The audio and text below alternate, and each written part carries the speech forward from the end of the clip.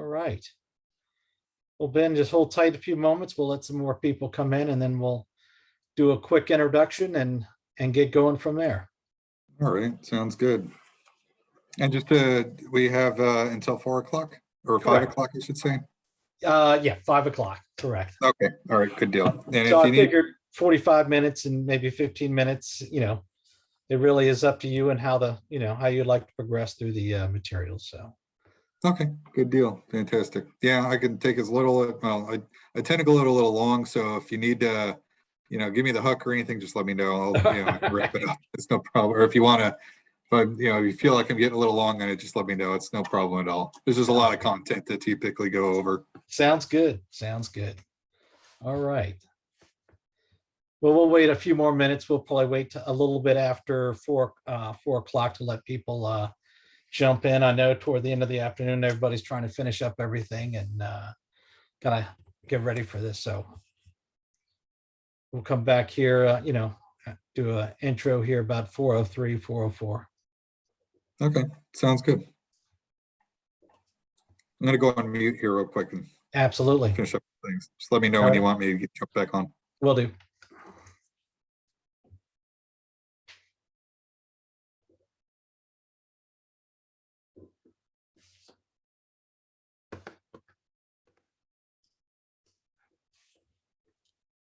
All right, for our participants out there, I'm Bill Keach. I'm president of the Westfields Business Owners Association, WBOA, and certainly welcome to our afternoon webinar. We're going to wait a few more minutes for everyone to have a chance to jump on, but we certainly welcome you and thank you for joining us this afternoon with our guest, Ben Gilbert, who we'll introduce in just a moment as soon as we have a few more people online here.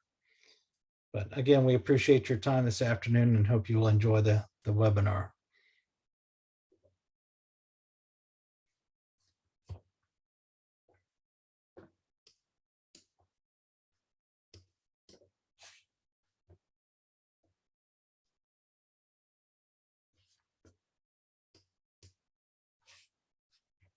We're going to wait 2 more minutes and let everybody get a chance to come on in. And we'll do one more quick introduction and then I'll introduce Ben Gilbert, our speaker today on cybersecurity.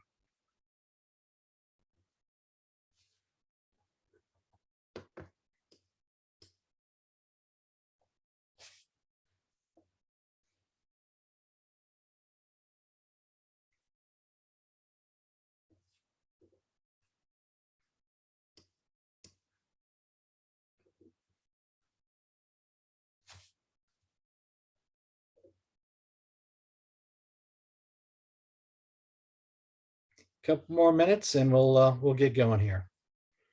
Waiting for a few other folks to join us.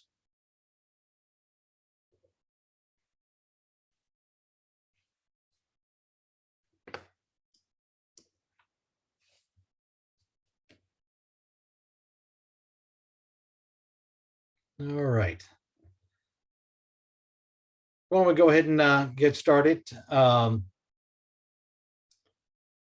Again, my name is Bill Keach. I'm the president of the Westfields Business Owners Association, and we certainly welcome you this afternoon to our cybersecurity webinar. And our guest today is Mr. Benjamin Gilbert with a cybersecurity and infrastructure, agency. I'll let you kind of give a better introduction. But again, I'd like to welcome Benjamin Gilbert, and I'm going to turn it over to you, Ben. And I thought what we would do is introduce yourself. We'll do a quick overview of what material we're going to cover. And then Sure. For the end, we'll do a Q&A real quick if folks have questions. And I'm sure you're going to leave us with some links and some information on where we can find additional information. So with that, Absolutely. I thank you, Ben, for taking the time to share this great information with us. And I'll turn it over to you. Great. Thank you very much, Bill, and good afternoon, everyone. Again, my name is Ben Gilbert. I am a cybersecurity advisor with the Department of Homeland Security's Cybersecurity and Infrastructure Security Agency, or as we like to call it, CISA. And what I'm going to do here is share my screen So I got a whole bunch of different slides to go through, a whole bunch of information here. And if there's questions, certainly feel free to pop them in. Bill, if I can ask you and Christina kind of help me keep an eye on some of those. Admittedly, I'm not,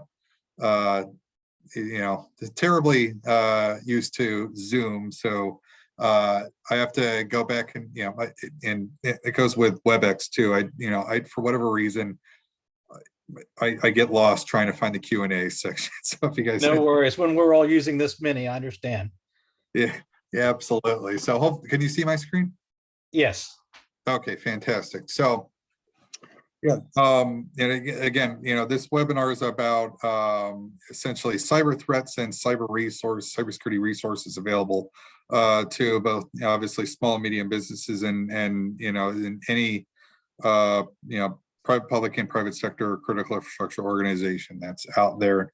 And we have a Shields Up theme, I should say. And I'll get into a bit about what we mean by that in a little bit here.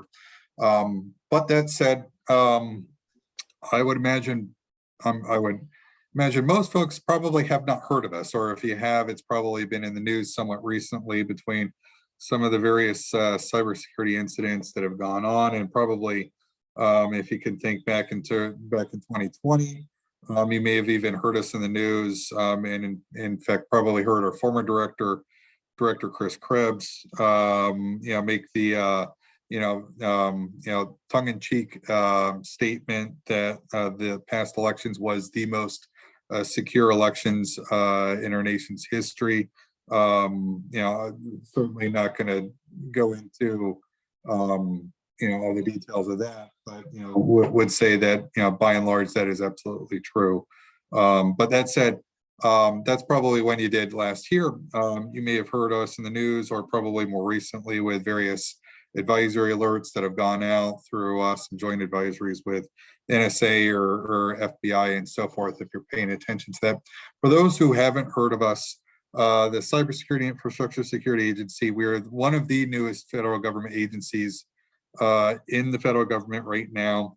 The previous administration signed off on the CISA Act of 2018, which formed us as that newest agency in the federal government under the Department of Homeland Security. We are basically on the same operational lines as, for instance, TSA or Secret Service or Coast Guard or what have you, where actually an operational agency under Department of Homeland Security.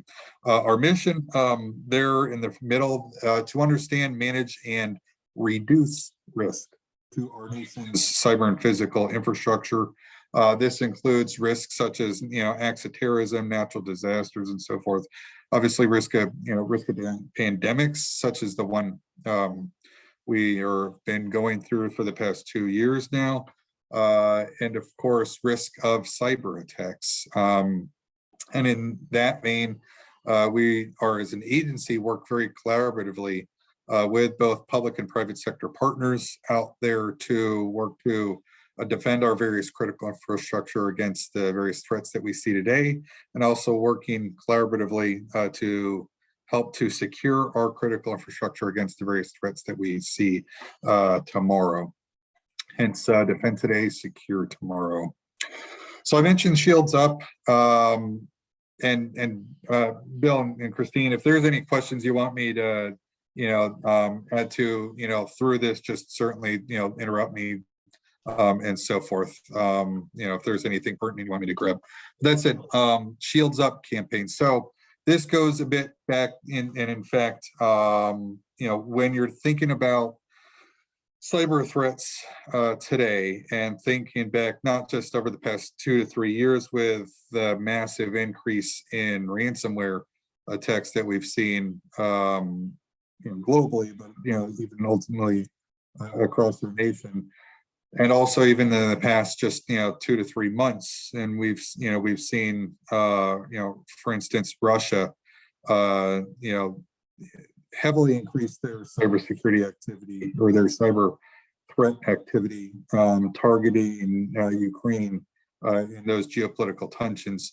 CISA over the past few months, along with a collaborative effort with FBI and Secret Service and NSA and so forth out there, has put up this collaborative effort as what we call a Shields Up campaign. And this is really a call to action for all public and private sector organizations that are out there to put your digital shields up. And reason being, particularly when we're talking about the current geopolitical situation, in particular with Russia. I bring this slide up. I want to bring up a couple points, to really highlight the need to put our digital shields up. First off, it's really important to understand, for instance, with many of the nation state threat actors that are out there. And when we say nation state, we're talking about the likes of Russia or China or Iran or North Korea, the big four, but obviously there's other players that are out there. We consider them what we call nation state threat actors. In particular with the Russian nation state threat actors, it's really important to understand their current cybersecurity capabilities and really the level of sophistication of cyber activity that they can bring, and they can target a number of different organizations that are out there.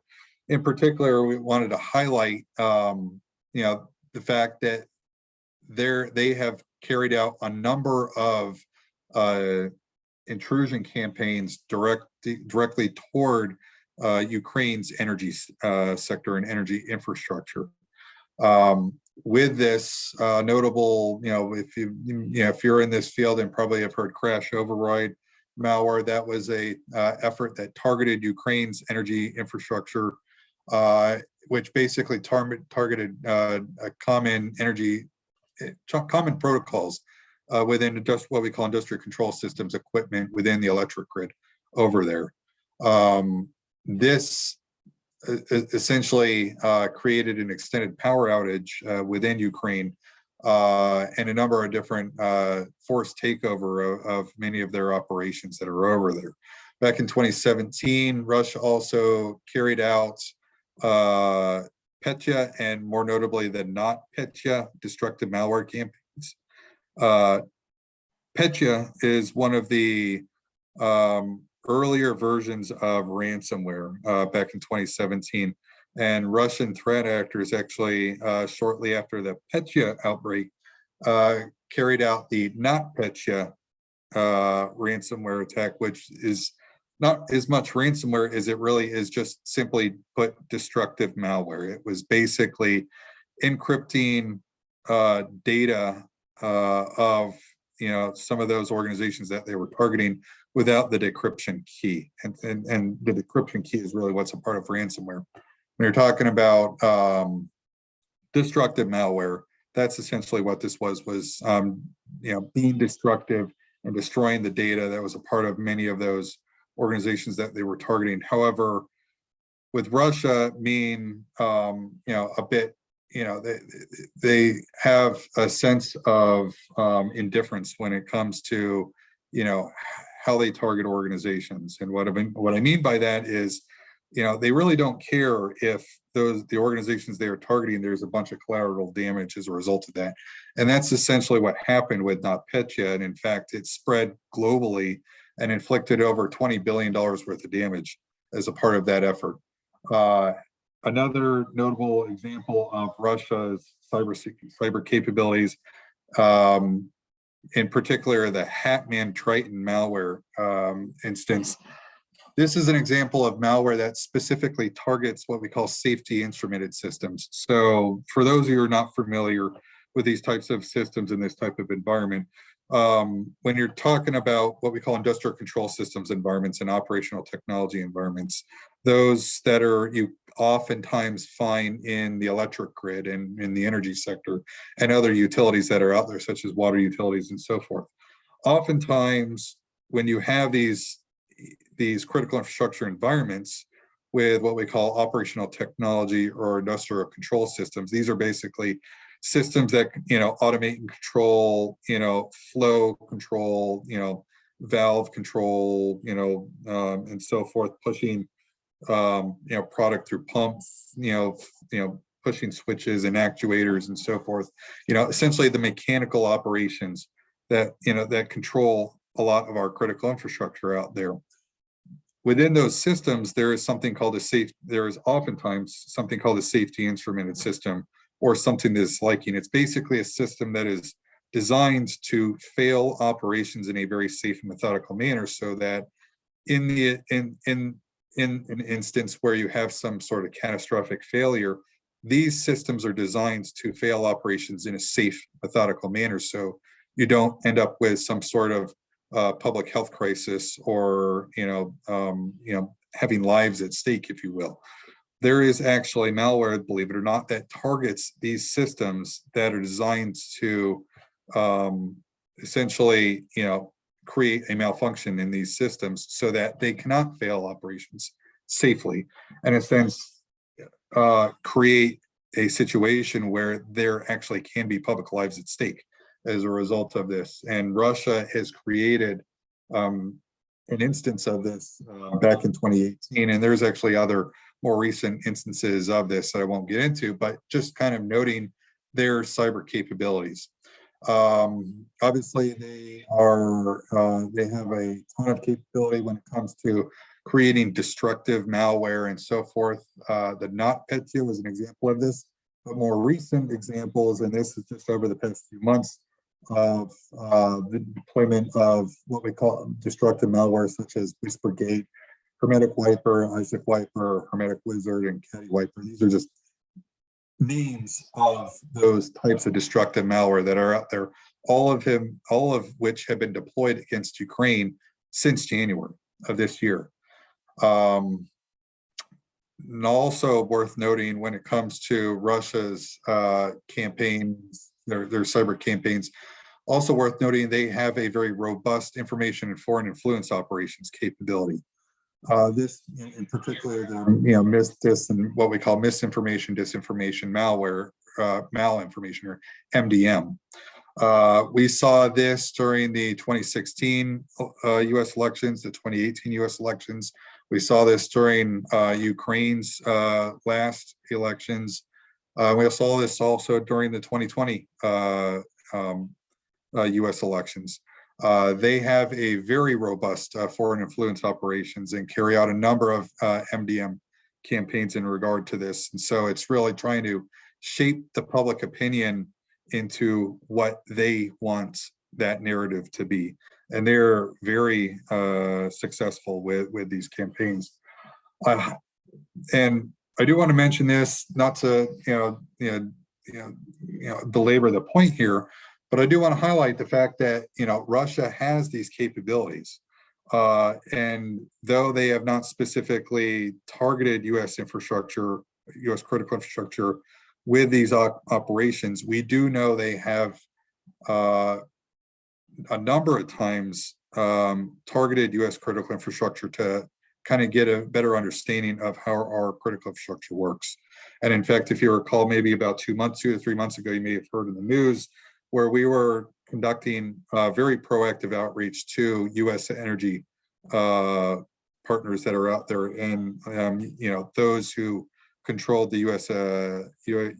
electric grid, and bringing them in even classified discussions to help them understand how they are becoming a target of Russia's cyber operations in their campaigns and so forth.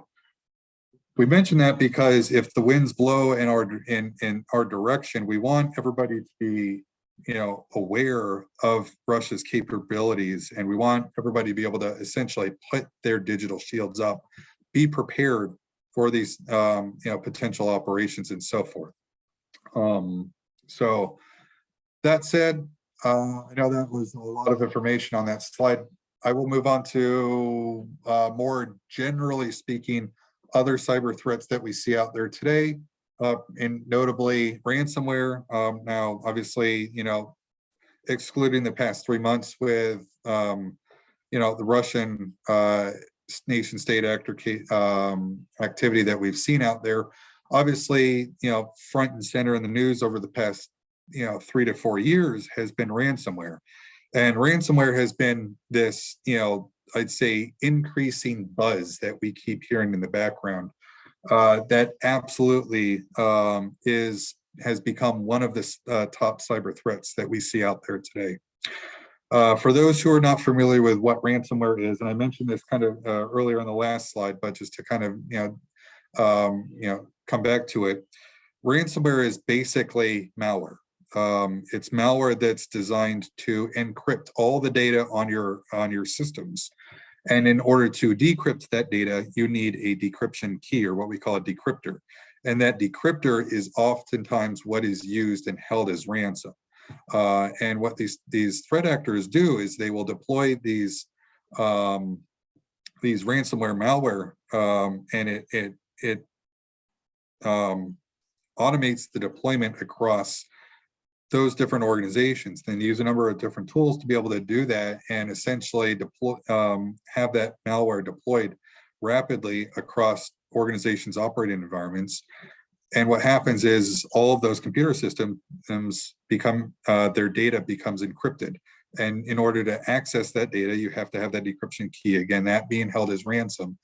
And oftentimes the end users that have their data encrypted, they'll oftentimes be greeted with a message, and it's oftentimes pretty cordial and professional, in kind of written in like a help desk format, and kindly asking your supervisors or whoever to contact their help desk support for additional assistance. And when you do so, that's when they oftentimes ask for that ransom. Back in 2017, 2018, that ransom typically started at around $50,000 to $100,000, and today it is not uncommon to hear ransoms in excess of $1 million. That's how significant that's the reason why these have become such a top cyber threat out there, is because if you have all of your computer systems hit by ransomware at the same time, then your operations becomes impacted, or can become impacted, very quickly. And in fact, the threat actors are kind of relying on that, and they're relying on the fact that maybe your backup systems have also possibly been hit by that ransomware to further encourage payment of that ransom. Now, there's different ransomware actors that are out there. Weevil Sonono-Kibi is an example of one that targets managed service providers. We saw this last year with, if folks remember Kronos, or have heard of Kronos, timekeeper management systems that are out there. Kronos is a software company that was hit by Weevil Sonono-Kibi. Conti is an example of a ransomware variant we believe is Russian descent. And they oftentimes target law enforcement, emergency management organizations, and others in state local governments. There are many other ransomware variants that are out there. Some of these are basically decommissioned and spun up as a new name. For instance, DarkSide no longer really exists, but the threat actors that used to be at DarkSide, we now believe they are part of Conti. That ransomware variant, if DarkSide sounds familiar to you, it's because that was the ransomware actor that targeted Colonial Pipeline about this time last year. And basically what happened is they got too much publicity as a result of that, and so they decommissioned the DarkSide name and rebranded themselves as Conti. That's what we believe is to be the case that's out there. And in fact, just very recently, Conti actually just announced that they are disbanding that name, primarily because of a lot of unwanted publicity that they're oftentimes receiving more lately. And that's because about 2 months ago, they actually announced support for Russia with the Russian-Ukrainian geopolitical tensions. So as you can see, a lot of these threat actors are, have a lot of political motivations behind them. And as a result, they either increase or decrease their operations as a result of that. That said, you also have advanced persistent threat actors, nation state threat actors out there, the Russias, the Chinas, the Irans, the North Koreas. But there are also what we call advanced persistent threat actor groups that are out there, such as APT-28, APT-29. These are loosely held and aligned to particular nation states that are out there, but don't necessarily take their instruction from those different nation states. There's a number of them, a number of different groups that are out there. There are also groups that what we call financially motivated advanced persistent threat actors, hence the fin numbers. I mentioned other types of malware that are out there. There are other types of malware such as TrickBot, Emotet, LockyBot, and so forth. These are what we call remote access Trojans that are out there. So they are basically a type of malware that is very sophisticated in design and oftentimes automates a lot of the intrusion mechanisms and methodologies that threat actors use to get into organizations' networks. And I'll explain a little bit about how that works in just a minute here. There are obviously threats to what we call external dependencies, so supply chain attacks. SolarWinds back in December of 2020 was a great example of what we consider a supply chain attack. This SolarWinds is also a great example of an advanced persistent threat actor attack that's out there. Kaseya, VSA, Kronos, those are examples of what we call supply chain attacks. And then obviously you have other threats, for instance, to the financial services industries that are out there, phishing, business email compromise, point of sale breaches, and so forth. These are all great examples of the different cyber threats that we see out there today. So I mentioned mechanics of a cyber attack. I bring this slide up and I won't spend too much time on it, but I do want to kind of highlight some, I'd say, key points here.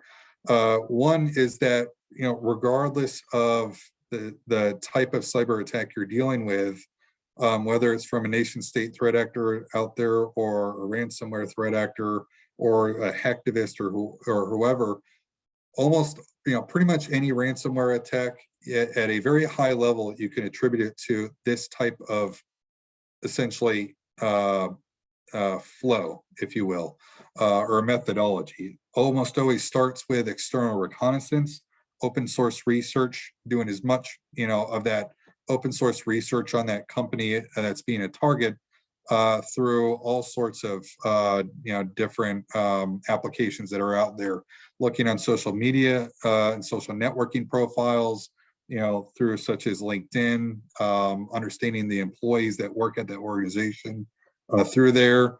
Other open source tools that are out there. Shodan is a tool that's used to basically, it's kind of a search engine for the Internet of Things, if you will, that are out there. It helps, from a very technical perspective, know what different things, different types of components and systems are actually connected to the internet. And you can actually search about those different systems that are connected to the internet. It's more of a very technical Google search, if you will, in that sense. So the threat actors will use these different applications and use these different mechanisms to find out as much about that organization as they can. And once they find out that information, then they'll carry out their initial compromise. Most of I'd say at least 80% of the time, it's through a phishing email. Hence, why we still say phishing emails today are still the most common type of initial cyber attack that we see out there today. And the reason is simple. It's super easy to deploy. It's super easy to send out a bulk phishing attempt to a whole bunch of different users. And you could actually pretty easily craft that email so that it looks legitimate. It looks like it's coming from someone within your organization. And there's little nuances and indicators that can indicate to you or an end user that is a phishing attempt.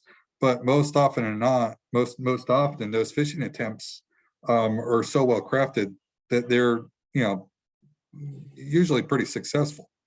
But that said, there's, other ways to compromise. You can, compromise web servers and get in that way. You can compromise firewalls, other types of servers that have not been, had not had their updates and so forth. Had, different systems that have not been patched that are internet facing. Those are very easy ways for threat actors to get into organizations, particularly if there's vulnerabilities that exist and those systems have not been patched yet.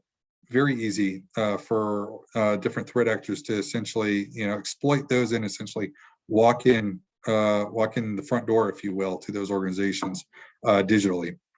Once they are in and they have that initial compromise, either through phishing email or through a compromise of a web server or other application that's out there, then they work to escalate permissions, they work to establish a foothold, and then they work to maintain their presence on those systems. From that point, they conduct internal network reconnaissance and discovery to discover what additional systems are within that organization and in that network. From that point, they move laterally, escalate permissions, and maintain presence, and they continue to do so until they've identified those high-value targets or those high-value assets in that organization, and then they work to complete their mission, whether that's a ransomware attack, a denial of service attack, whether that's business email compromise, whether that's data exfiltration or what have you. That's essentially what those threat actors do. And from an advanced persistent threat actor all the way to as low, as small as just run-of-the-mill hacker, they all follow this workflow. The only difference is the amount of time and resources they spend on each of these different steps. More sophisticated cyber attacks involve targeting suppliers and service providers that are out there. So if I'm a threat actor and I'm targeting organization X, and I know organization X has pretty beefy cybersecurity defenses and they have a good cyber operations, well, I'm probably not going to target them directly. I'm going to target their vendors and their suppliers and their service providers, those that are smaller organizations, smaller businesses that have less sophisticated, less mature cybersecurity capabilities. And I could very easily target those organizations. And once I'm in there, then I can pivot my operations to that target organization that I'm really trying to get into. And I'm leveraging that business relationship that that vendor has or that supplier has with that target organization. Usually, you typically see these with advanced persistent threat actor activity, or more recently, you're starting to see this with some of the more recent ransomware activity that we're seeing out there. It is very much a concern.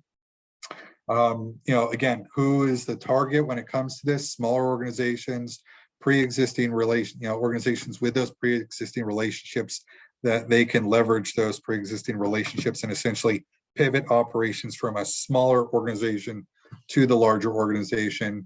The attendant targets, of course, being other small, medium, and large organizations.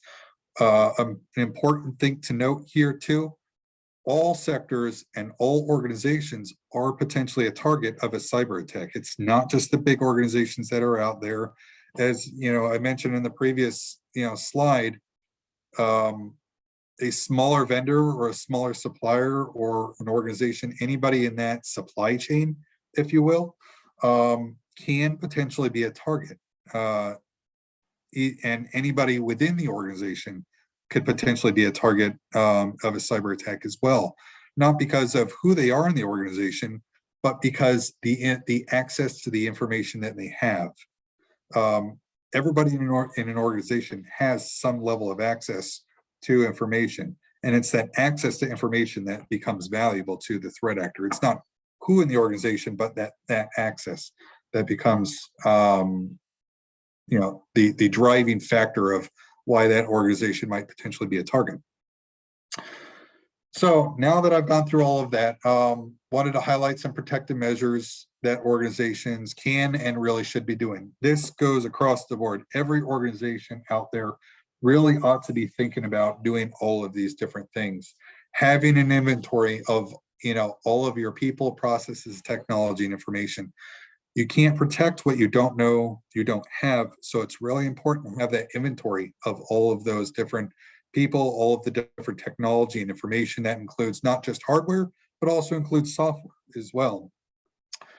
Document those critical systems and the services that they support. So not only being able to identify and have an inventory of all of the different systems, but it's really important to identify what those key critical systems are in your organization and really build out and document, have greater amount of documentation to what those critical systems are and the different services that they support.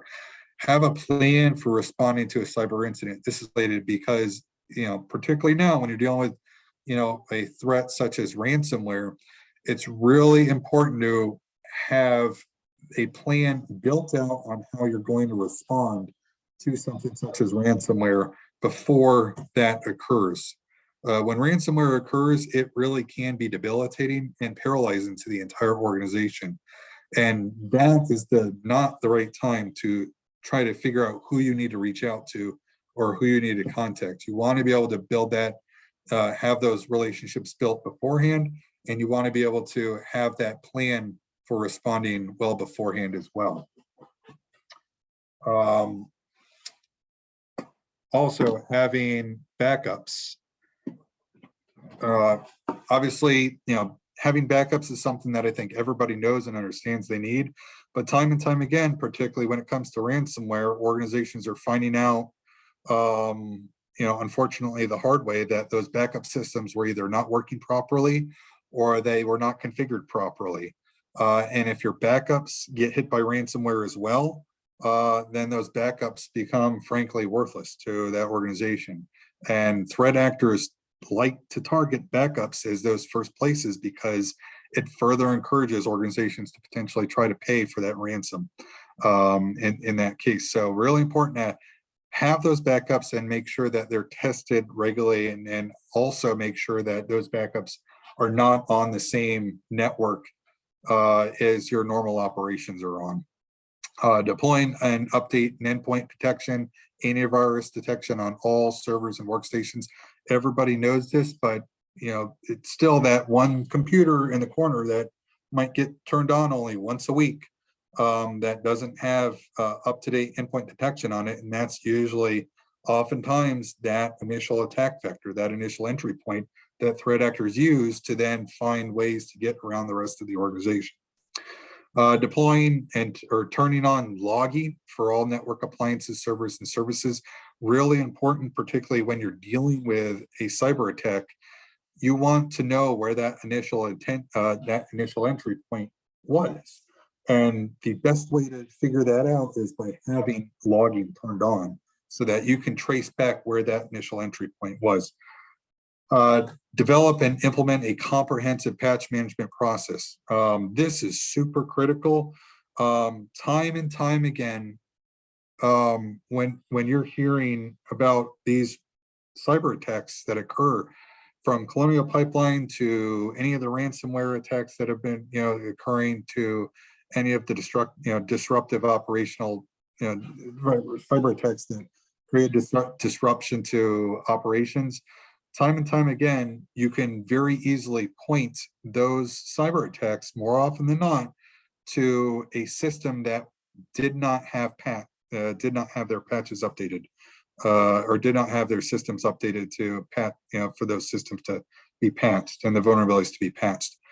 Threat actors love to be able to find those systems that aren't patched and updated. And their CISA, or agency, has on our website something called the known vulnerabilities, known exploited vulnerabilities listing on our website. And I'll explain that in a little bit here about what that is. But really important to be able to patch those systems that are out there. So these are all things that organizations should be thinking about today.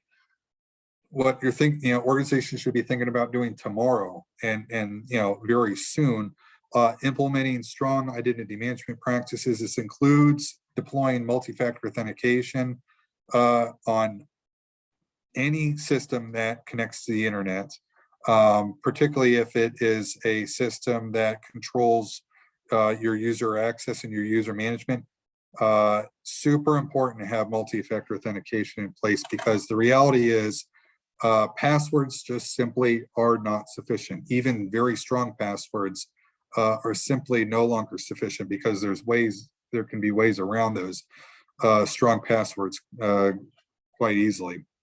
Again, systems that are what we call end of life. So if you have Windows XP or Windows 7 or Windows NT in your environment, your organization really needs to think about making a plan to decommission those as soon as possible, because the reality is any vulnerabilities that exist with those systems are no longer patchable. They're just full of holes like Swiss cheese, and threat actors love to be able to target those systems, because it's just super easy to get into those systems from that point. Developing strong situation awareness through webinars such as this, having innovative security awareness training, also important to have your end users participate in that security awareness, and so forth, conducting periodic cyber assessments and utilizing cyber attack frameworks, all super important. One last important thing to note on this slide before I move on is that if you are an organization that does not have an IT or an IT security shop in your organization, just understand that you as an organization are still responsible for carrying out, being able to, the risks that are associated with these different activities, or the risks associated with not doing some of these activities. And in fact, not doing these activities, some of these activities, particularly, have, not, implementing a comprehensive patch management process, not having strong backups and so forth, that actually increases your risk of a cyber attack. So it's really important to understand that, whether or not you have IT or IT security folks in your organization, that these risks still exist, whether or not you have resources to deal with them. So if you do not have resources to deal with them, you want to be able to make a plan to be able to start addressing these things sooner than later, because they are very important. And it's, again, it increases your risk of a cyber attack if they're not being done. Yeah, Ben, I'm gonna yeah, interrupt for a second. This is Bill. I think please. you made a very good point, and that's one of the things, questions I was going to raise about some of the smaller groups. I know we have a lot of agencies, we have a lot of organizations that are well known and have an IT department, but we also have many groups and many smaller companies that don't. Right. And so I know a lot of us, I'm one of them, the smaller companies, we all, a lot of us are all moving to having cyber insurance.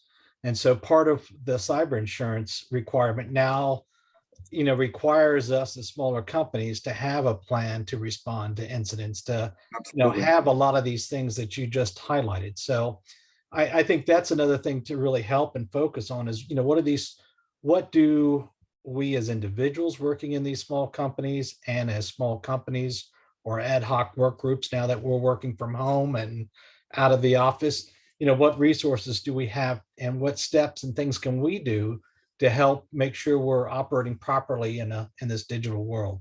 So I think that's, you have some good points here, but that's one of the things I'm going to come back and ask about. Thank you. Yeah, no, you're absolutely right, Bill. It's, particularly with small businesses that don't have those resources available to you, it's important to understand what resources are available, particularly no cost resources. And I'll certainly get to those, in a little bit here as well. But yeah, you're absolutely right, particularly when it comes to things like the cyber insurance. That's something that we hear, time and time again as well. In fact, it probably should be a bullet on here under today is know and understand what your cyber insurance policies are, and the requirements that are associated with that. Because as you mentioned, If you had to, enact that policy, they oftentimes will have stipulations and requirements in place in order for them to pay out. And some of those requirements involve exactly what's on this list here. So it's really important to know and understand that coverage. So absolutely right. Another important, and I'll try to speed things up and move on here. So obviously, cybersecurity is not just that of your IT security folks. Obviously, the last slide was more geared toward what your IT and IT security folks ought to be thinking about. But the reality is everybody in the organization has a responsibility when it comes to cybersecurity. Your business leaders have the responsibility to know business risks, treat cyber attacks as a risk area, particularly to operations and to your supply chains as well. Organizational leaders have the responsibility to foster a culture of operational resilience and cyber readiness, incorporating cybersecurity as a part of their business strategy, ideally kind of baking it into a lot, all different aspects of your business strategies and so forth. And organizational leaders have the responsibility to build and expand a network of trusted relationships so that when you are dealing with a cyber incident, you know who to reach out to and you have those relationships built out beforehand. End users also have the responsibility to participate in security awareness training and have a general understanding and awareness of the cyber threats that are out there. End users don't need to know the different types of ransomware variants out there, but all end users should absolutely know what ransomware is and more importantly, what to do if they're greeted with a ransomware message on their screen. Know how to react. Is that something that they can wait till Monday morning to deal with, or do they need to let their their business managers and so forth know immediately, or let their IT service desk know immediately and so forth? IT folks, they need to be have that awareness of how to respond as well. So all of that goes built into that response planning efforts and so forth. And users, need to practice good operational security, particularly when it comes to participating in webinars and so forth, such as this. We're living in, an age where, we're able to essentially, broadcast, ourselves visually in our office and so forth. And what's behind you is just as important as what you're seeing too, right? So if you have, on the wall behind you, schematics and so forth of some operational information, internal information, probably not a good idea to have that on your webinar, right? Even if it's with a small group of folks, because that is something that could be exploitable. Know your backup options available to you. Mentioned that already. And then lastly, be vigilant, accountable, and report suspicious incidents immediately. DHS has long had the saying, if you see something, say something, and it absolutely applies in this space as well. In the interest of time, I'm just going to kind of get through this real quickly, but, in addition to things like the basic protective measures, more maturity, as organizations build up in their maturity, you can build up towards what we call a framework of working toward operational resilience. So not just putting in the protective measures and so forth on how to protect operations, but, building in the different, protection mechanisms and processes to sustain operations when there is a disruption. And that's essentially what this slide is talking about. So coming back real quick, a little bit about our work at CISA. A big area of what we do at CISA is partnership development and capacity building. And in fact, one of the ways we do that is CISA has a regional presence across the country. And this is essentially when you're thinking about from a national perspective, CISA has a footprint across the country in different regions. Each region has a number of operational staff and administrative staff associated with it.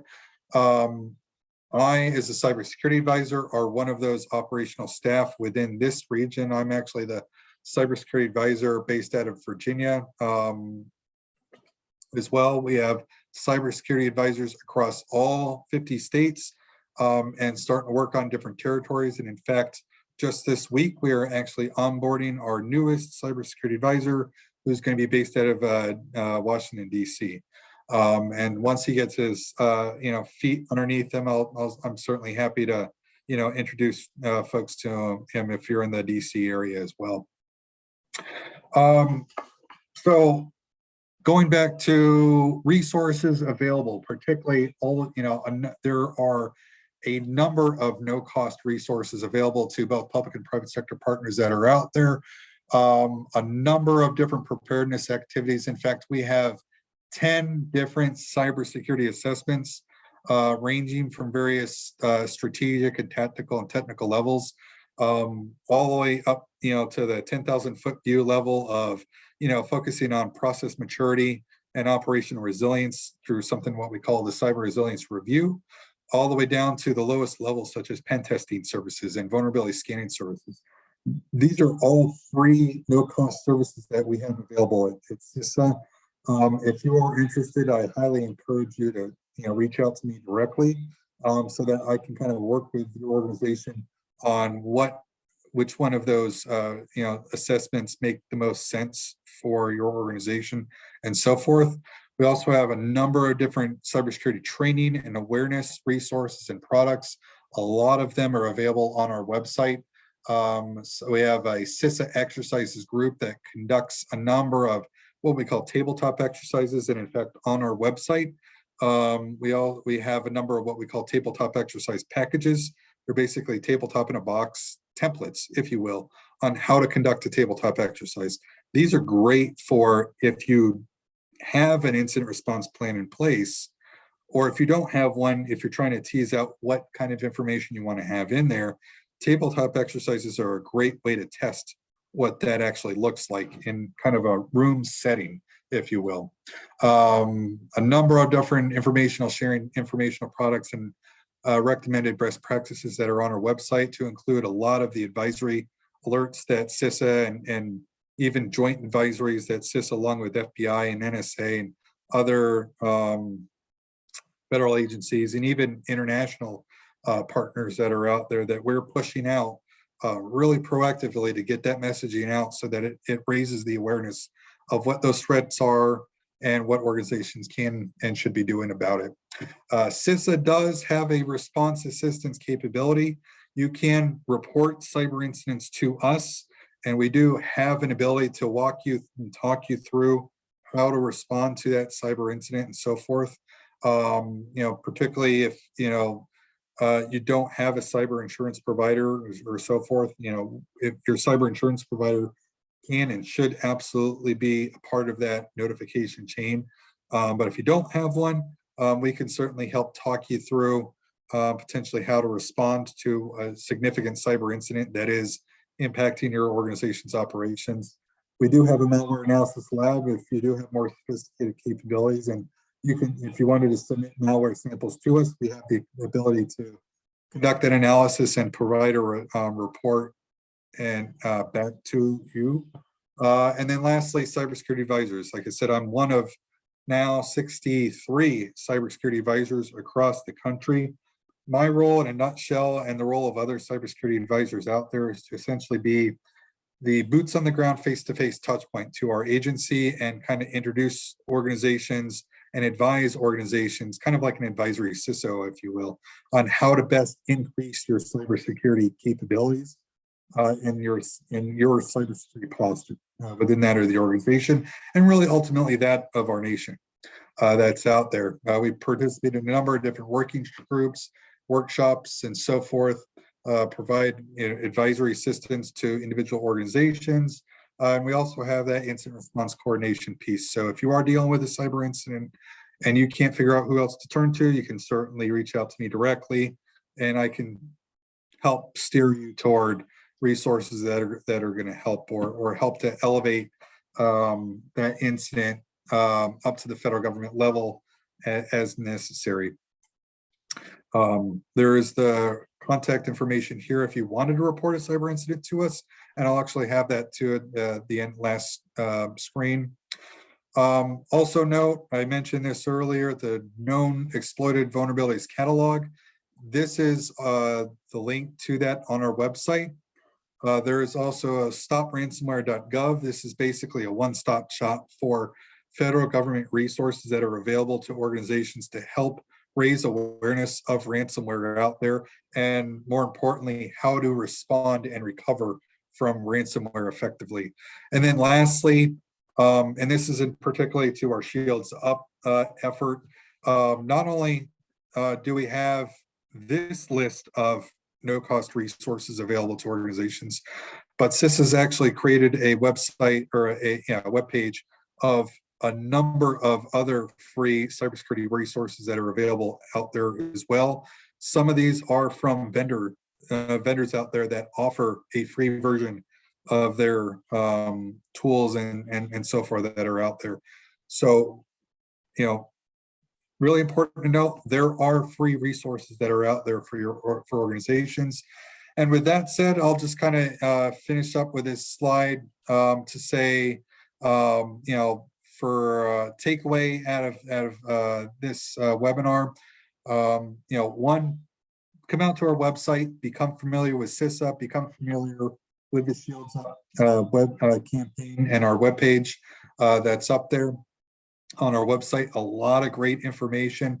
Frankly, it's updated all the time, more so than frankly I could even keep up with, and I work with CISA. So a lot of great information that's up there. While you're up there on our website, subscribe to our email listings. There's a number of different subscription material that you can sign up for. Some of it can be very technical if you are on the technical side of things. Some of it is very non-technical, training wise and so forth, opportunities that are out there, just general advisories, general insights and so forth, all on our website.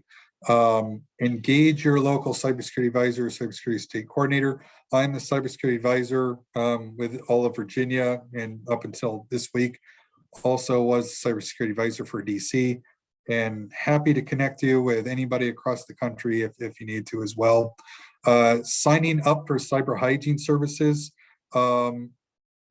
particularly with some of our assessments. If you're looking for a place to start, the cyber hygiene services is a kind of the low-hanging fruit, if you will, on some of those no-cost resources. They're pretty easy to sign up for, and that's up there. And then lastly, lower your reporting thresholds. A big part of our agency's mission in life is to understand and what that risk posture looks like for that of the nation, the cyber risk posture and so forth. Not just that of the nation, but different critical infrastructure that are out there in different sectors that are out there. And we can only know that if organizations are letting us know what's going on that are out there. So really important to lower your reporting thresholds. And we strongly encourage organizations to report those cyber incidents to us, at the very least, just to let us know what's going on that are out there. It really helps us to build that common operational picture so that we can understand what the state of the nation looks like. And with that said, I will stop there. I know I went a little long, but hopefully we have time for some questions here.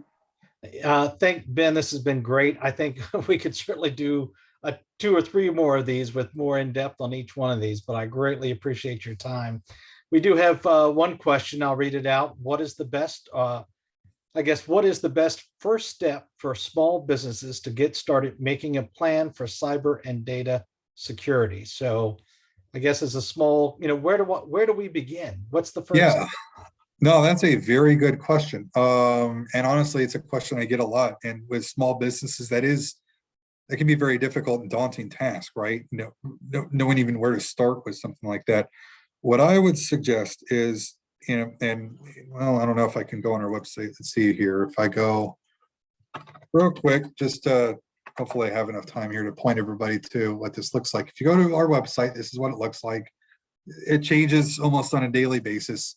At least the front page does. So if you go to our cybersecurity tab, and if you go to cybersecurity training and exercises, you go to CISA tabletop exercise and packages.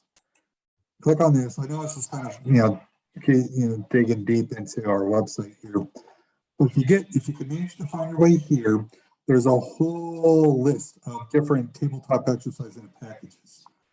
This is a great starting point to understand what's important in terms of, what might I want to put in an incident response plan, and why do I want to be able to put it in there? It kind of brings up good points, as you're walking through some of these manuals and so forth. Another good resource, if I go back here and I go to Cyber Resource Hub, and if I go to the CISA tool, so the CISA tool, and I didn't get into this, I didn't have time, but it's basically a standalone downloadable tool. It allows you to conduct your own self-assessments. Doesn't do scanning or anything like that, but it does allow you to conduct different standards-based assessments, particularly if you're, for instance, looking at trying to be compliant with CMMC or something like that around here. I point that out as that's kind of, one of them that might be of interest in this area. On the CSAT tool, there are actually security templates and incident response planning templates as a part of that effort. That's another good place to start. So getting familiar with our website, digging into a lot of these things, really gets that, those ideas turning on what you want to have in there.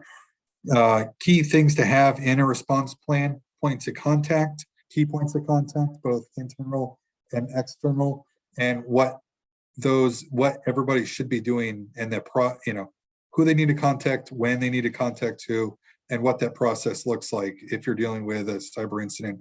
Might also be important to highlight, what